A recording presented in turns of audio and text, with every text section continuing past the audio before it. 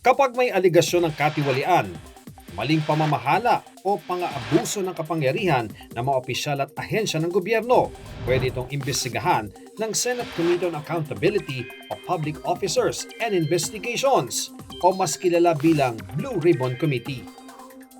Sakop ng komite ang mga opisyal at empleyado sa lahat ng sangay at ahensya ng gobyerno, kabilang na ang mga opisinang may kaugnayan sa pamahalaan kasama ang mga government-owned and controlled corporations. Ano nga ba ang papel ng Senate Blue Ribbon Committee at bakit ito mahalaga? Ayon sa committee rules na nakabatay sa Section 21, Article 6 ng 1987 Constitution, may jurisdiction ng Blue Ribbon Committee sa lahat ng legislative matters na may kaugnayan sa malfeasance o intentional na paggawa ng mali at illegal na gawain ng mga opisyal o empleyado ng pamahalaan. Misfeasance o paggawa ng legal na gawain pero may kaakibat na pagpapabaya sa tungkulin, at non-feasance o kabiguang tuparin ang nararapat na tungkulin. Ang komite ay pinangungunahan ng isang chairman na siyang magiging presiding officer sa lahat ng pulong at pagdinig. Pwede siyang magtalaga ng isa o higit pang vice chairman na susunod sa iaatas niyang tungkulin. Posibleng magsimula ang investigasyon ng Blue Ribbon Committee kung may referral mula sa Senado o mula sa Pangulo, pero pwede ring magsimula ng investigasyon kahit walang formal na reklamo. Yan ang tinatawag na motu proprio power. Halimbawang may referral para sa inquiry pero tumanggi ang chairman, pwedeng maghain ng petisyon ang 5 miyembro ng komite para matuloy ang investigasyon. Ang anumang desisyon ng Blue Ribbon Committee ay dapat mai-report sa Committee on Rules.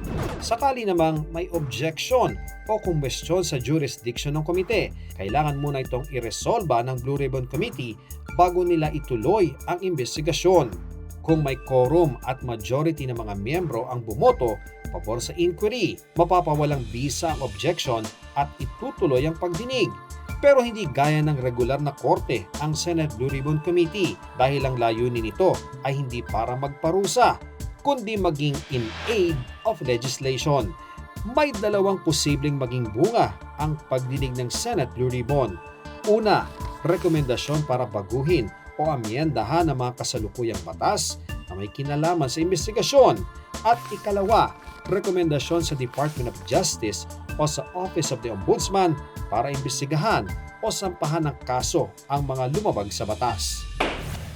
Kabilang sa malalaking kasong inimbestigahan ng Senate Blue Ribbon Committee nitong mga nakalipas na taon, ang Hello Garci scandal noong 2005, kung saan inakusahan sinoy Pangulong Gloria Macapagal Arroyo ng pagmamanipula sa resulta ng 2004 national elections, bagay na itinanggi ni Arroyo.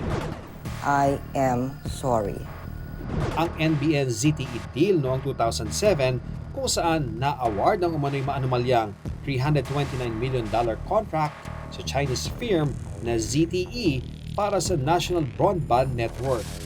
Ang PDAF scam noong 2013, kung saan inakusahan ng ilang mambabatas ng paglalagak umano ng kanilang Priority Development Assistance Fund o pork barrel sa mga fake NGO na negosyanteng si Janet Lim Napoles kapalit ng kickback.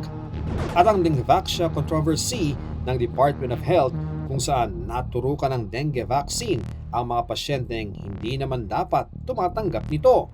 Kasalukuyan ding iniimbestigahan ng Senate Blue Ribbon Committee ang umano'y maanumalyang flood control projects ng gobyerno.